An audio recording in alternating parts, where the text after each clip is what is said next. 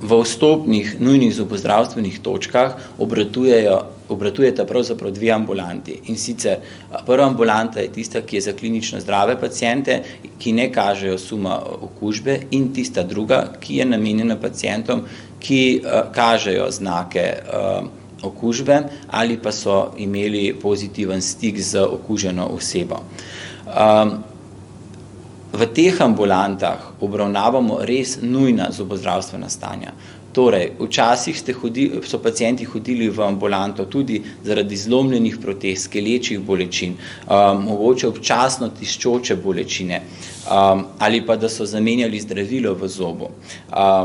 Skrbelo jih je mogoče zaradi zatekanja dlesni v določenem področju ali krvavenja v tem področju. To sedaj nujna stanja niso.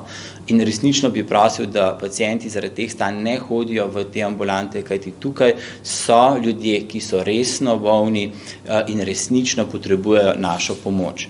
Pa če samo omenim ta 4 pomembna stanja, in sicer to je resnično močan zobobol, pomeni hudo stalno bolečino, pri kateri vam analgetik pravzaprav ne pomaga več. Pri pacientih, ki začno zatekati, težje požirati in težje odpirati usta in imajo zvišano telesno temperaturo, tudi ti morajo priti v tako ambulanto.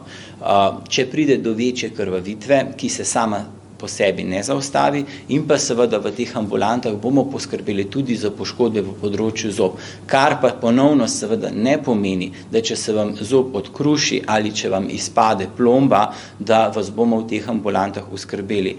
Poškodbe v področju zob pomenijo izbit zob, omajan zob zaradi udarca, padca. Rad bi na tem mestu poudaril, da če pride do izbitja zoba zaradi kateregakoli vzroka, prosim, ta zob prinesite s seboj. Dobro je, da ga date recimo v mleko